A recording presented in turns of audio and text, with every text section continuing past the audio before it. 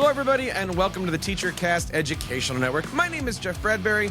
Thank you so much for joining us today and making TeacherCast your home for professional development. On today's episode of Digital Learning Today, we're going to talk all about student engagement, but in a different way than you might be used to. My guest today has recently created, with her team at Discovery Education, an entire pamphlet all about student engagement from the teacher's point of view, from the student's point of view, from the administrator's point of view, and even from the parent's point of view. And we're going to talk all about that on today's episode. So stick around for an amazing episode. You're not going to want to miss this one. This is the first time you're checking out our show. Don't forget to hit that like and subscribe button. You can find us over on Apple Podcasts, on Spotify, and wherever you guys get your podcasts.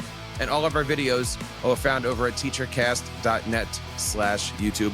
Hope you hit that like and subscribe button. Thank you guys for making TeacherCast your home for professional development. My guest today is the Instructional Strategy Director at Discovery Education, where recently they published a brand new insights report called Fueling Learning Through Engagement. It is a pleasure to welcome on today Miss Nicole Santora. Nicole, how are you today? Welcome to TeacherCast. Hi, Jeff. Thank you. So happy to be here this evening. I am so excited to have you here. You know, as we are getting ready to have the new calendar year come up, many teachers are trying to figure out what is going on in their classrooms. Many instructional coaches are trying to figure out how to make a difference in their school districts. And it seems like one of the things that we're missing right now is student engagement, trying to figure out ways to keep kids occupied, try to keep kids engaged, and how to make our students more, in tune with what we're learning. Yeah. You guys over at Discovery Education are doing a lot of research on that. First of all, talk to us a little bit about Discovery Education and how can we be able this year to help our students become more engaged in their learning? Yeah, thank you. Yeah, we've been doing a lot of work with specifically student engagement. So we put out the insights report that really took a laser beam focus, went across the country and did a lot of research with a third party around what is student engagement, and ended up gathering all this data.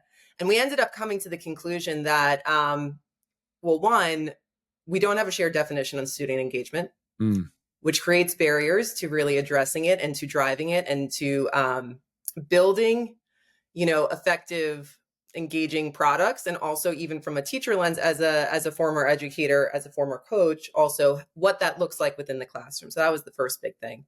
Second, it's hard to measure, right? I think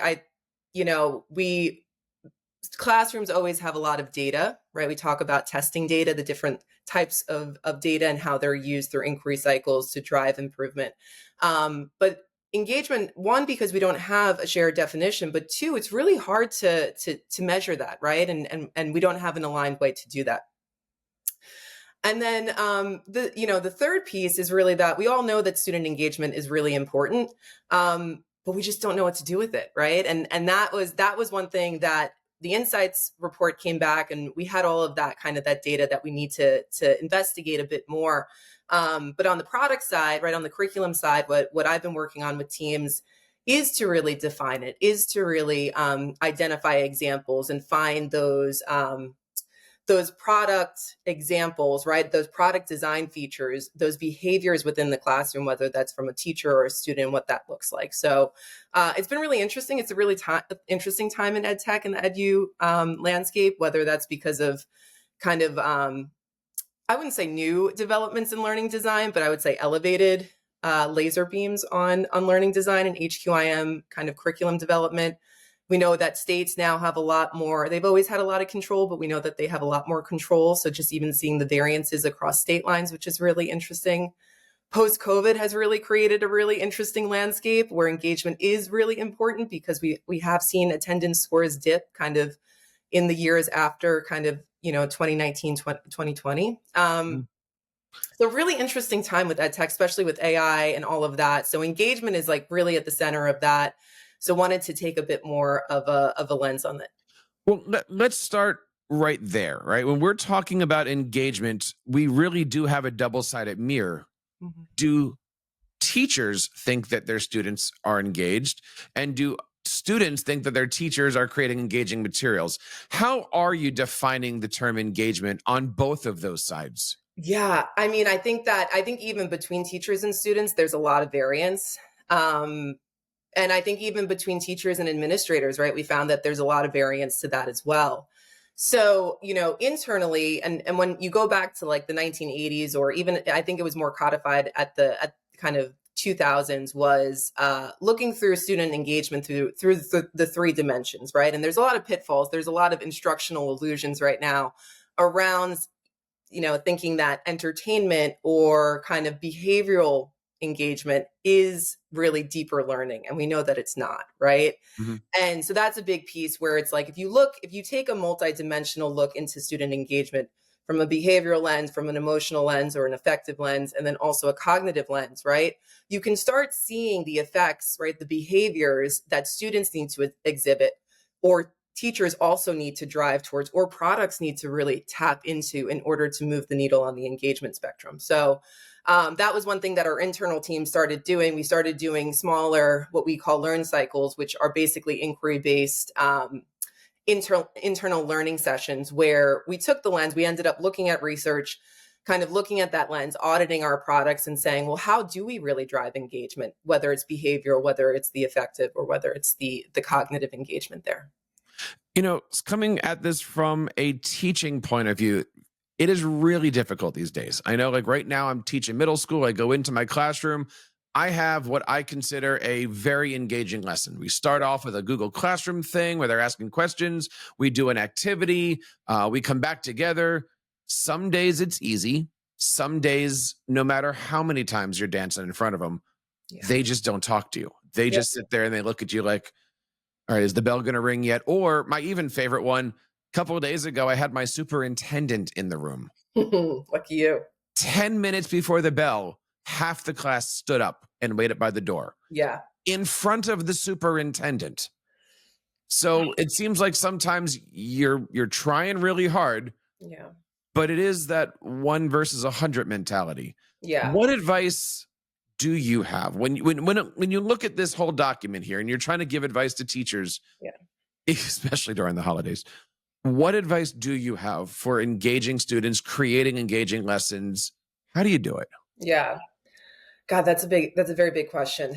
So, I mean, I think we need to break it down, right? And I think we need to look at it also. I think teachers have the hardest job, right? So those little pieces where it's like you can have one good lesson, right? Or like what you think is a good lesson too, right? As a educator, and then the next day all of it falls apart. There's all these kind of Next period, it all falls apart. it's just like it does. It's just, especially around the holidays. I mean, I remember that. I remember being an administrator also trying to just get teachers and students to Thanksgiving. And then there's that December, right, where you're just trying to get to the holiday break. So I do remember that. I feel like I still feel that. I feel that now. So please know that it's right around the corner. Just get to the holiday break. But it's interesting with the engagement piece. So I think before I even give examples of what we can do, I think we do need to define it even more. So if we're saying that engagement, right, is through the three dimensions, so we know that it's complex, and we know that it really is about students interacting through those lenses, right?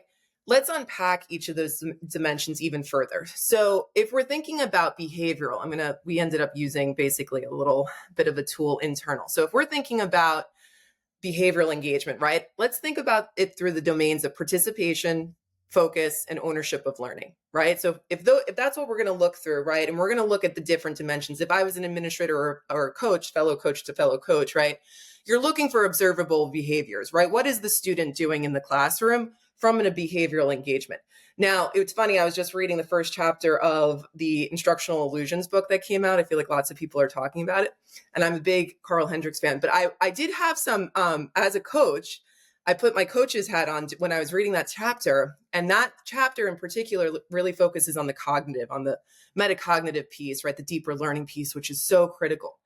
But let's go to my decade of coaching teachers within New York City. And I would say, there were teachers where 35% of my time was just trying to get them to manage a classroom, right? Just getting them to get students in a seat. That's a reality of the classroom, where they couldn't even think about planning deeper learning or getting students to think about learning, just because the behavioral engagement, kind of the order that was happening in the classroom, we know that is conducive for learning, just wasn't there, right?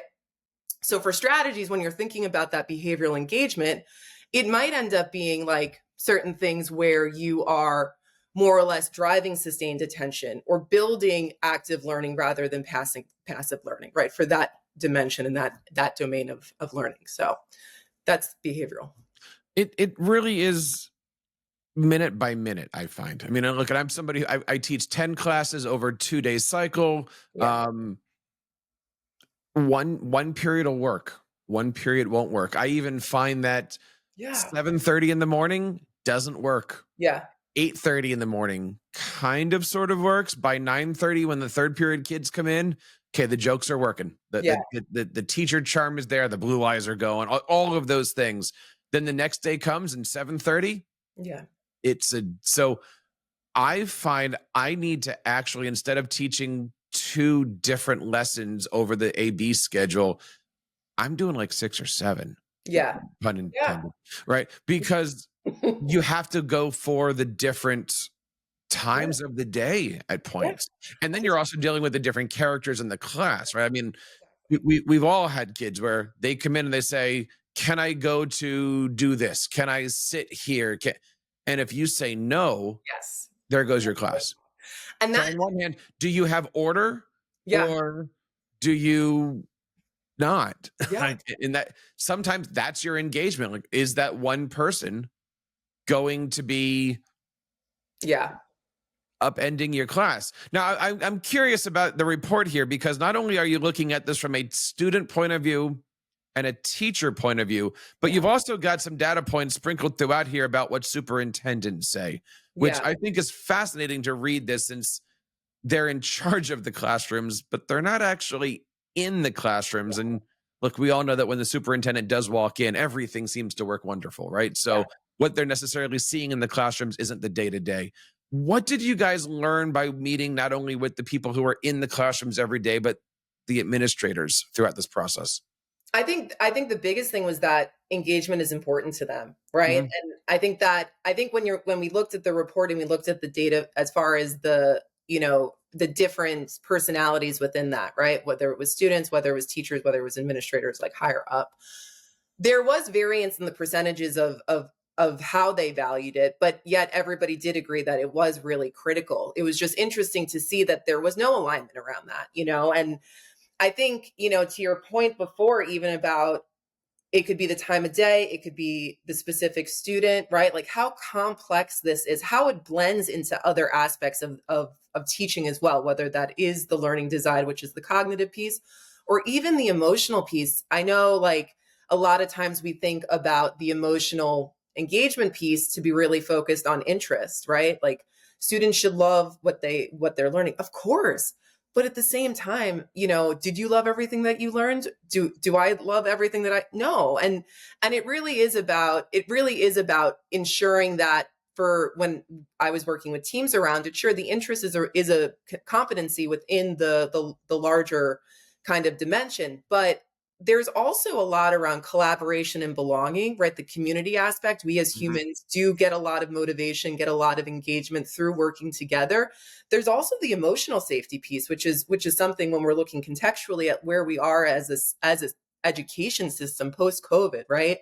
Coming back to schools, like, gosh, like what an incredible, years from now we're going to look back and we're going to see that, and we're going to look at the effects of this. But those are two other kind of dimensions within the larger, student engagement, emotional engagement piece that I think is really critical.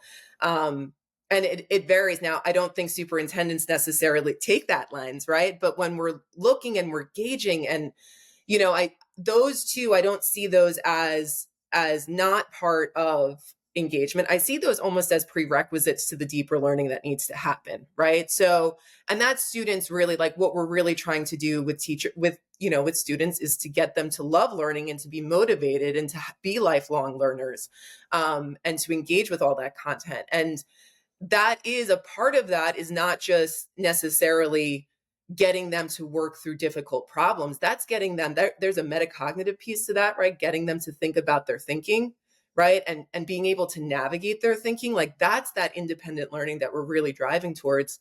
In addition to, like, getting them to use cognitive strategies. I did some consultancy work I have some principals across the country that I still work with, who are I love so much. They're doing amazing things. And one series that I just did with a school in New Mexico was all about just cognitive strategies for their high school students, like thinking about thinking, visible thinking, right? Like, and we could bring the whole grading conversation into this too, but like, what do we value, right? And what we really should be valuing is that cognitive engagement piece. That is the learning. That is what we want students to do. But sometimes we get held up on homework scores or multiple choice questions or whatever it is that we think are more or less metrics of success of student learning. So Is this a generational thing that we're running into? I'm at that point now where I am 4 years old, and yes, my triplets at home are now the age of the kids that I'm teaching. I teach sixth, seventh, and eighth grade. You have a statistic here in this pamphlet that says less than half the students believe that their teachers know that they are engaged, which to me is a disconnect, right? Like if the students are saying the teacher is not in connect, like doesn't even realize that I'm not connected with them. They're just going through the motions. This seems like this is a September issue. I know that I can't walk into my class tomorrow, turn on the light switch, and a completely new curriculum happens. yeah, You need to build those relationships over time. You absolutely. need to start that engagement, or you need to start the show sometimes as I look at it in that first couple of days of class to kind of give the kids this is the day. Yep. If the kids are not engaged in that first couple classes, it's going to be a long year for everybody. Yeah. I mean, and we talk about this in the coaching world. Those first couple class periods, you are setting the stage, not for the week, but for 180 days. Yeah. So how do we support this? And as coaches, how do we teach our teachers this? Is there a professional development that we can give our teachers if they don't realize what is going on right in front of them? Yeah. I mean, I think it's the biggest barrier, right, to student learning is the fact that, you know, the teaching profession is so hard, right? Yeah. Teachers have the hardest job. They don't have time necessarily to always do that kind of that learning that they need to do. Even in my 10th year of teaching, I was still like, God, I have so much to learn, right? Because it's just such a complex space. There's always something to learn. You always have different individuals in front of you, right? There's always variations of how you're learning. So, I mean, I think it's impossible to think like, I mean, I don't, we would need to completely shift the system around how we're valuing professional learning and integrating that into a day, right? But I do think, and then I'll speak to this as a teacher, as someone who's in the classroom for 10 years, as someone who is a Baltimore City teacher, a New York City teacher. I was always very transparent with my students. That transparency I found was engaging, right? I said, I'm never going to assign homework unless I use it right the next day. I never want you to sit into a classroom not knowing what this author is or what they did and somebody else does, right? I want you to be able to do this type of co-construction writing with me because you're going to have to do it on the state exam, right? When you get into the state exam, I want you to go to the last page and dump all the literary devices on that page so that you can use them later when you're using cognitive strategies. Like there was a lot of real talk. Now I taught high school. I didn't teach first grade. But that I've always found a lot of success around the why and the way the brain works and grading. Don't even bring grading up, Jeff, in this conversation because I think the way we do grading is so Yeah. backwards and wrong for teachers, for students, for the whole system. It doesn't mean anything. They're made up grades. If we took a competency skills-based approach to the grading and actually did student profiles, actually supported teachers through very clear metrics that are binary yes or no so that we can actually build ladders of learning across time, Mhm. I think we'd be in a different space as an educational society. Well, you bring that up, but you consider from kindergarten through ninth grade, grades don't matter.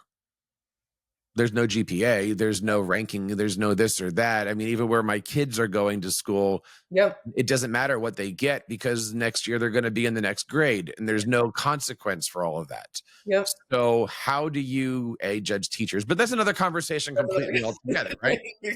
But that is the rub, right? Like what as a teacher can you hold over somebody to keep them going? Yeah. If you're listening out there, how many times have you walked into a classroom, asked a question, and before you even finish the sentence, some kid goes, I don't know. Yeah. And then you're like, but think about the answer, Yeah. right? And how many times have I sat there in my class going, no, we're doing critical thinking right now. We're trying this. Like you have a Google machine in front of you. Look up I'm going to show you Yeah. how to find the answers here. Don't just shut me down before I finish the question mark. Yeah. And that is difficult. Yeah. As an instructional coach, I think one of the hardest things that we can do, and I don't even know if this is our place, but could you imagine me as an instructional coach walking up to you as a teacher going, Nicole, I got to be honest, they don't care about what you're selling.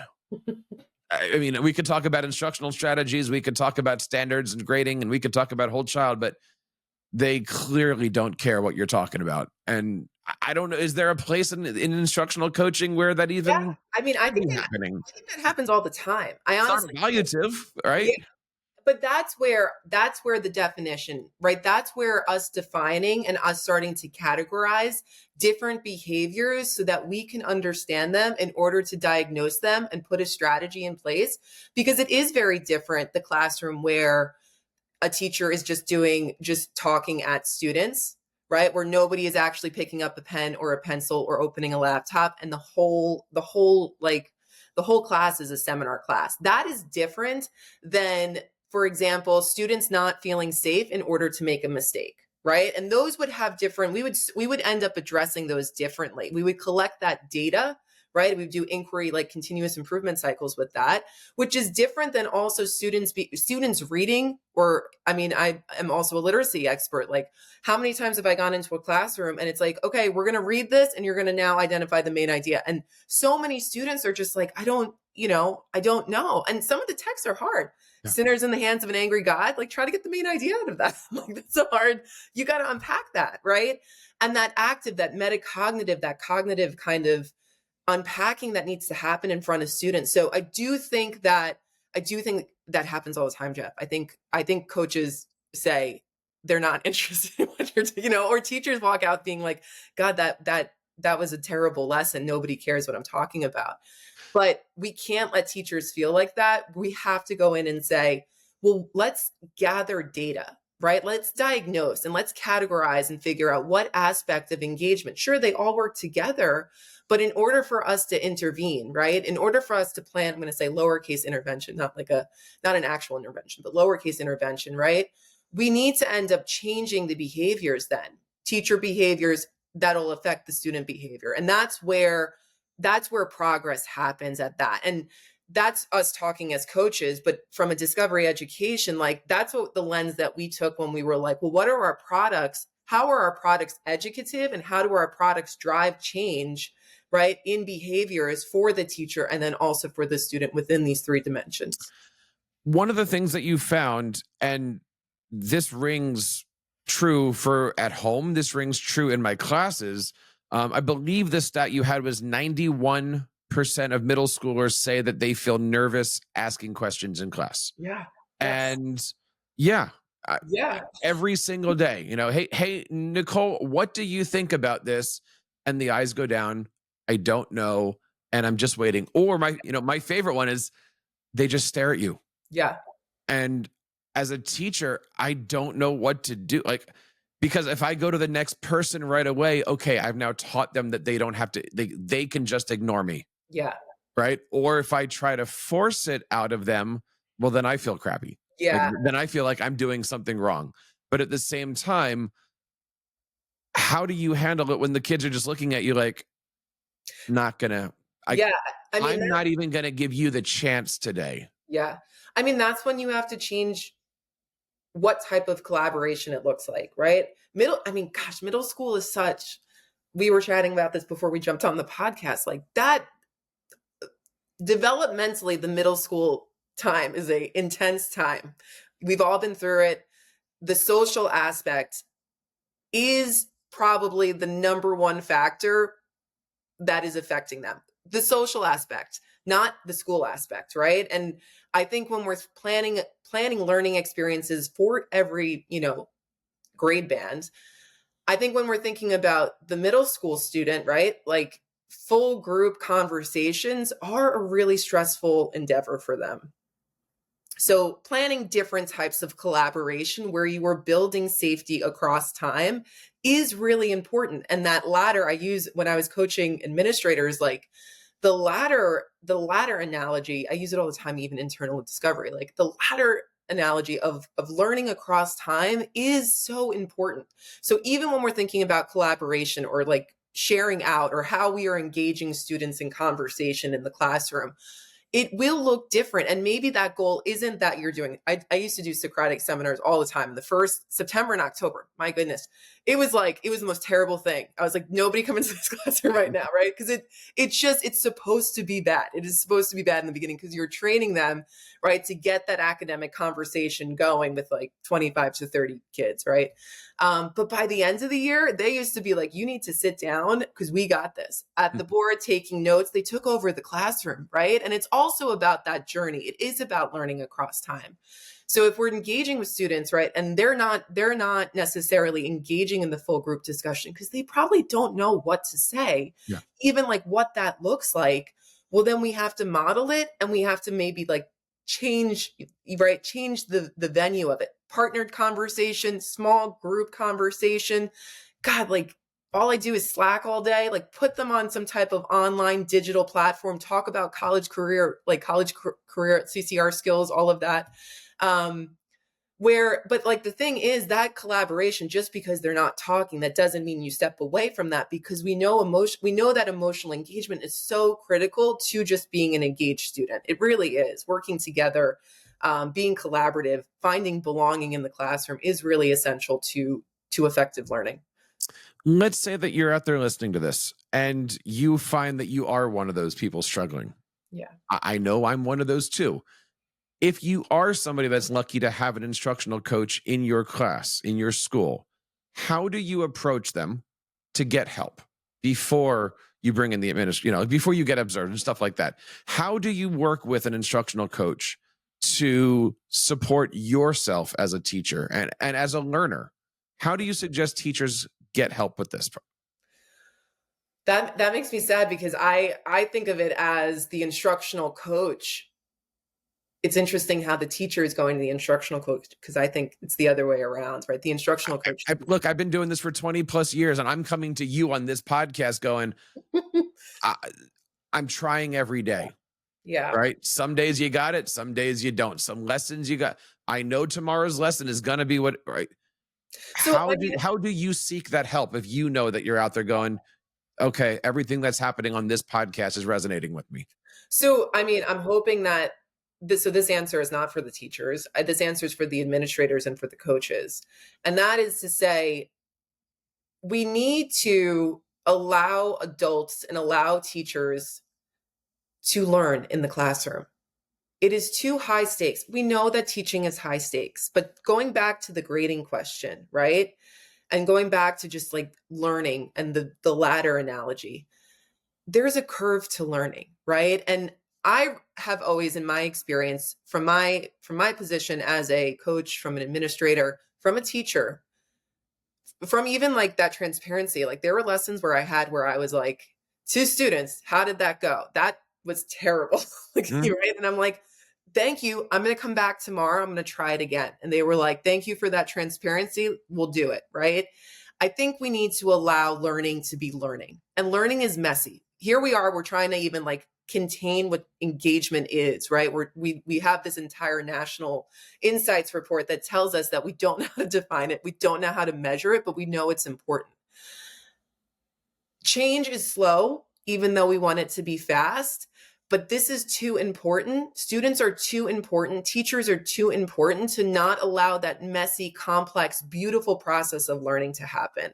And I think for those coaches and for those administrators at time, we're very quick to be like, okay, go into a classroom and rate it on some made up scale and then say, this is not productive, right? And it's not about that point in time. It's about the latter. It is about taking where students are, taking where teachers are, and just slowly and gradually pushing them on the learning curve. So I would say for teachers to continue to advocate for themselves as learners as well, and really push on the complexities of what teaching, everything that teaching really encompasses, because it is a process even for them. Talking today to Nicole Santora from Discovery Education. And, we've been talking about this amazing document that you guys published. Where can we go to find it? What's the website? And how can we take advantage of it? Yeah, so it's found on discoveryeducation.com. We've been posting it on LinkedIn. Just keep your eye out. We're doing really cool things within the company. We're really diving into all the research, which is where we're at with the HQIM landscape, the learning science landscape that we're currently in. So I would say just keep an eye on us because we have good things to come. And when we're over at discoveryeducation.com, what are some of the other things that we can do there? What can we learn? What are some of the other hot topics these days at Discovery Education? We're doing a lot with college and career readiness, so I would definitely check that out. Definitely looking through the lens, even I'm working within product teams even right now to think about kind of a layered approach. So making sure that we're also embedding kind of educative features. I think we're at the point too, we actually just did a learn cycle also on adult learning. And we're at the point where it's like a lot of our products, this isn't just Discovery, this is across the entire nation, where we have curriculum or we have products, and they always come with a teacher guide. And then the teacher's like, I didn't have time to read your 75-page teacher guide. We're like, yes, we understand. And it's really about starting to build those educative features into the products, into the curriculum. So that is another thing that we're really kind of working on right now. So I would just say keep an eye out for those two. Still doing a lot of media production, which is really cool. Knowing that we are taking what we know about student engagement and aligning that also with content creation, right? I think that there's been that illusion that activity first or that content first kind of learning design. So putting those together and really finding where the content creation, like where us, Discovery as an organization that came out of a media company really can utilize and galvanize learning through some of the media pieces that we are producing. So we're going to make sure that we have links to everything over here on our show notes. Of course, you can find more information over about our show on Apple Podcasts, on Spotify, and YouTube. Nicole, thank you so much for coming on the show. Please make this your first time. Would love to have you back on the show. And maybe we can do this with some more instructional coaches and really deep dive into this subject. There's so much that we can unpack here. Thank you so much for your time today. Thank you, Jeff. And that wraps up this episode of Digital Learning Today. On behalf of Nicole and everybody here on TeacherCast, my name is Jeff Bradbury, reminding you guys to keep up the great work in your classrooms and continue sharing your passions with your students.